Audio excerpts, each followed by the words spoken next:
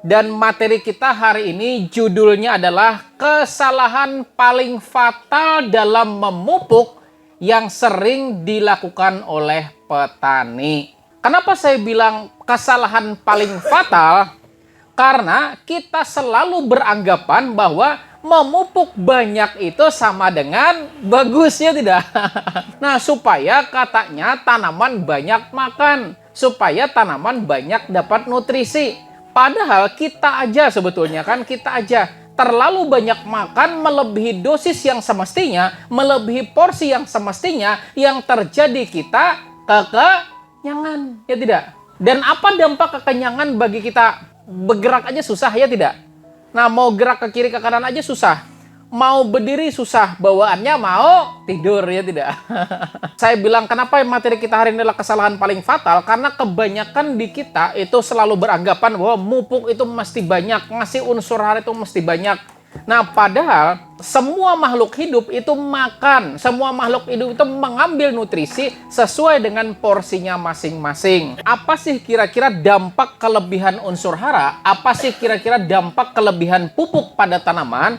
Pertama, seandainya yang dimakan itu hanya sebagian, kita misalnya ngasihkan kebanyakan pada tanaman. Kita misalnya seharusnya dosis kocor, anggaplah misalnya nih, 3 atau 4 kg per 200 liter air. Sementara kita memberikan dosisnya sampai 8 kilo, 10 kilo, bahkan lebih sampai 15 kilo per drum 200 liter. Maka yang terjadi kalau misalnya yang dimakan cuman 3 sampai 4 kilo, dan kita ngasihnya 12 kilo, 12 kurang 4 berapa? 8 kilo, dan 8 kilo nanti yang bakal terbuang. Siapa yang kerugian?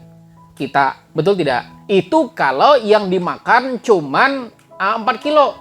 Tapi faktanya tanaman bukan seperti manusia.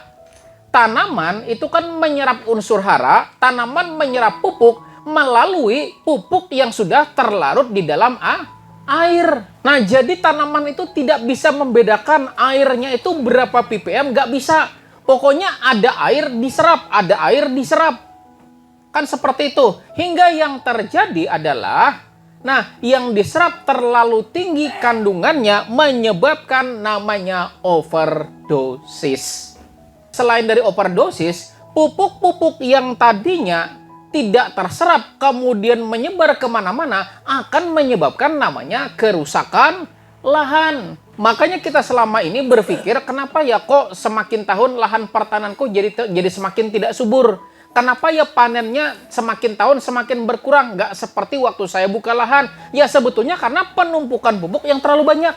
Dan lagi juga dampak kelebihan pemupukan kalau misalnya dia terlarut kemudian masuk ke air, bisa jadi juga berisiko pencemaran air. Nah, dan selain itu juga dampak kelebihan pemupukan atau dampak kebanyakan melakukan pemupukan juga bisa menyebabkan kematian bagi mikroorganisme atau bakteri tanah. Padahal kita ketahui bersama bahwa yang membantu kita buat merombak bahan organik, yang membantu kita buat melawan mikroorganisme patogen, itu namanya bakteri tanah, mikroba tanah. Sementara karena kita terlalu banyak memberikan pupuk yang pada akhirnya menumpuk di tanah, menyebabkan keberadaan mikroba tanah jadi berkurang, jadi mati. Akhirnya apa yang terjadi? Tanaman kita jadi mudah terserang penyakit. Lalu apalagi dampaknya? Dampaknya kalau ternyata kelebihan unsur hara. Nah, kelebihan unsur hara juga berdampak pada kesehatan tanaman. Kita aja terlalu sering makan banyak. Kira-kira kesehatan bagus atau tidak? Tidak, kan seperti itu. Kenapa? Karena memang tubuh kita hanya didesain, misalnya contoh satu orang cuma 1 porsi atau 1 piring makan, 2 piring aja tiap hari. Saya yakin kesehatannya lama-kelamaan bakal menurun, betul tidak? Nah, itu jadi jangan sampai juga kelebihan pupuk menyebabkan tanaman kita juga mudah sekali sakit. Jadi perlu kita pahami bersama bahwa banyak banget ternyata dampak-dampak luar biasa kalau kita terlalu berlebihan dalam melakukan pemupukan.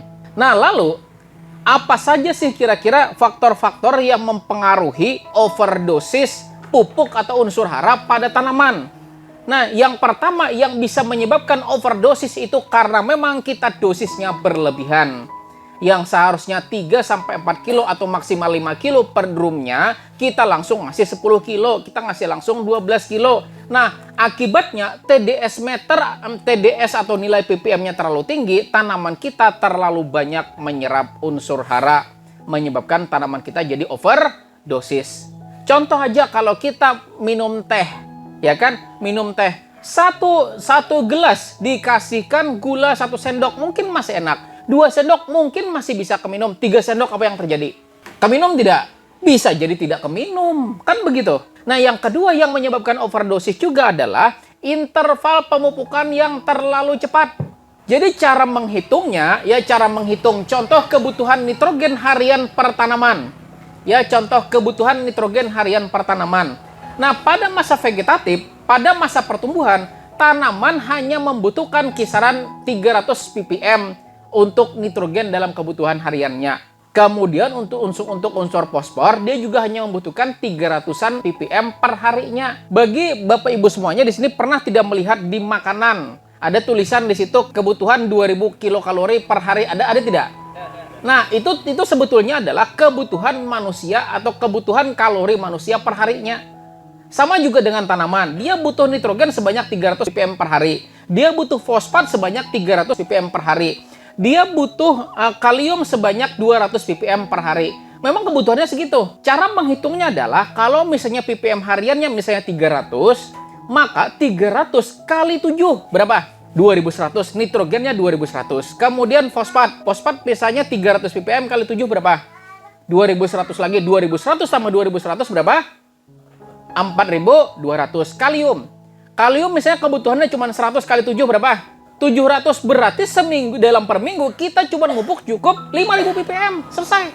Jadi kebutuhan ppm per tanaman itu kalau masa vegetatif misalnya dibutuhkan 300 ppm. Ya, nitrogen 300 ppm. Kita kalikan 7. Maka 300 kali 7 2100. Kemudian fosfat kebutuhannya ini rata-rata 300 ppm dikalikan dengan angka 7 maka 2100 lagi. Sementara kalium dikit, ya masa vegetatif kaliumnya cuma 100.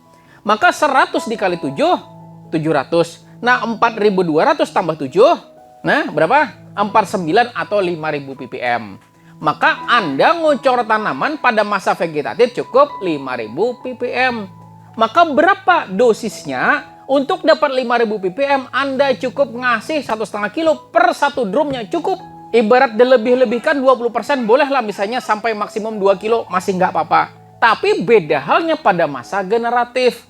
Pada masa generatif, kebutuhan nitrogen itu kecil, ya, kisaran 200 ppm per harinya. Maka 7 dikalikan dengan 200 ya misalnya. 7 kalikan 200 berapa? 1400. Kemudian untuk kalium dia butuhnya 500. 500 kali 7 berapa? 3500. Nah, berarti tadi berapa? 1400 tambah 3500 berapa? 4900. Nah, fosfat juga dibutuhkan 500 ppm kali 7 berapa? 3500 tambah 4900 berapa?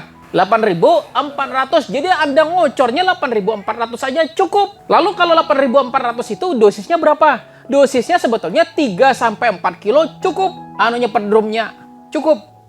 Kalau dilebih-lebihkan sampai 5 kilo cukup. Jadi kalau kita ngasihkan segitu cukup sebetulnya. Kebutuhan tanaman sudah terpenuhi. Makanya kemarin kami waktu praktek di tempat Hadri kan, kita ngocor NPK profesional dengan ngocor Karate Plus Boroni. NPK profesionalnya 3 kilo, Karate Boroninya 2 kilo. Dapatnya 5 kilo per drumnya cukup. Nah, untuk kocoran 100 ml per tanamannya. Dan ternyata dengan kami ngocor 5 kilo per 200 liternya, pertumbuhan tanaman sesuai dengan yang diinginkan. Padahal pupuknya lumayan irit, lumayan sedikit ya kemarin tuh. Tapi ternyata berefek. Ya memang kebutuhan tanamannya segitu. Jadi kayak gitu ya cara menentukan dosis dan menentukan interval dalam pemupukan.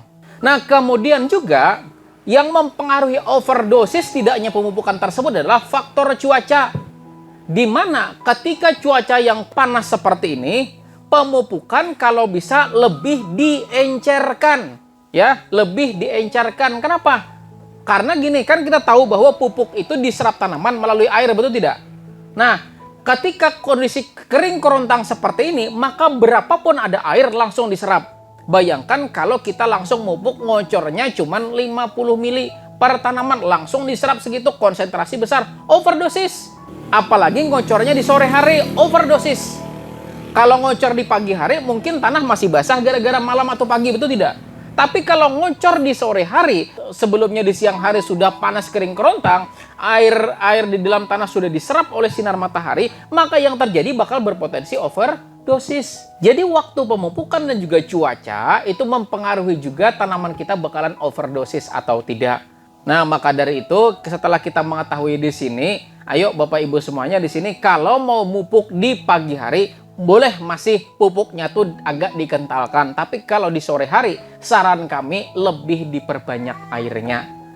Pian aja deh habis kerja, ya habis kerja panas-panasan, minum lebih banyak atau lebih sedikit air dibandingkan dengan pagi hari. Lebih banyak kan? Nah, kan begitu. Jadi silahkan Bapak Ibu semuanya. Nah, selain dari overdosis, ternyata pupuk yang berlebihan juga bisa melemahkan unsur-unsur lainnya. Disebut juga dengan antagonis pupuk.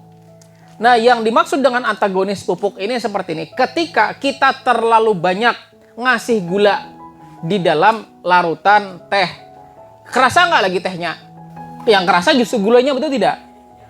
Terlalu banyak teh dibandingkan tehnya kental luar biasa, gulanya kerasa nggak? Tidak. Nah, itu yang dimaksud dengan antagonis itu kayak gitu. Ketika terlalu banyak satu unsur hara atau satu unsur, maka unsur lainnya jadi lemah. Nah, itu yang dimaksud dengan antagonis. Jadi ketika terlalu banyak satu unsur, unsur lainnya jadi lemah. Kita minum susu, ya kan? Susu saset, susu kental manis. Nah, susu kental manis kerasa, tapi kasih aja gula kemudian 2-3 sendok, yang kerasa gulanya, susunya hilang. Itu yang disebut dengan antagonis. Nah, lalu Bapak Ibu semuanya silahkan Anda lihat di kertas masing-masing, ada di tabel yang di atas, ya, ada di tabel di atas. Ketika unsur nitrogen berlebihan, nah kita kelebihan ngasih nitrogen, ya, kelebihan nitrogen, maka yang terganggu nanti adalah pertama unsur kalium, kedua unsur kalsium, ketiga magnesium, keempat tembaga, dan yang kelima unsur seng. Makanya pian pernah tidak orang lihat mupuk jenis tanaman menjalar macam kayak mentimun, labu dan sebagainya, terlalu banyak nitrogen, tanamannya subur luar biasa, tapi buahnya kecil. Nah, ada. Kenapa kok bisa begitu? Karena unsur hara vegetatifnya berlebihan, yang pada akhirnya melemahkan unsur generatifnya. Padahal kalau sudah berkembang, kan seperti itu berkembang kan? Yang tujuan kalau tanaman kita sudah berkembang tuh kan pikir kita tuh fokusnya adalah bagaimana kembang tuh jadi buah.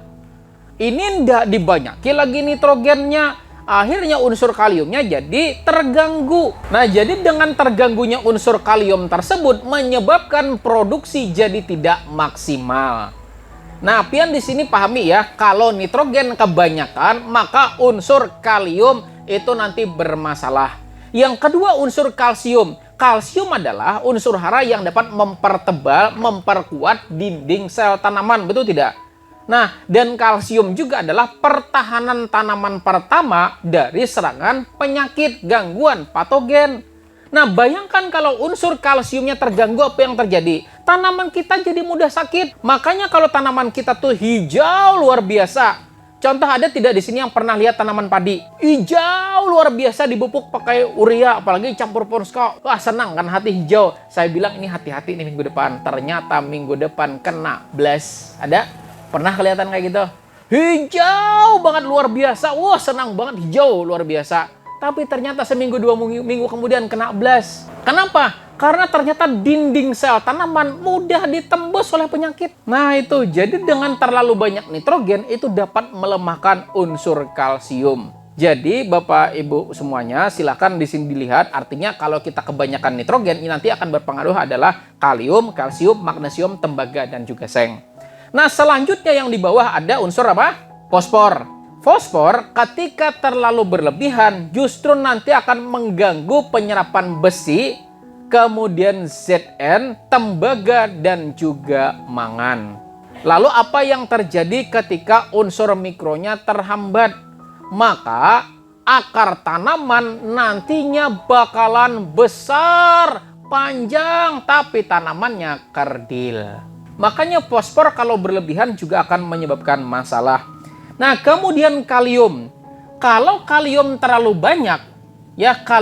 banyak, maka unsur yang terganggu adalah pertama kalsium, kedua magnesium, yang ketiga nitrogen. Nah, jadi kebalikannya. Tadi kan kalau nitrogen maka kalium yang terganggu, betul tidak?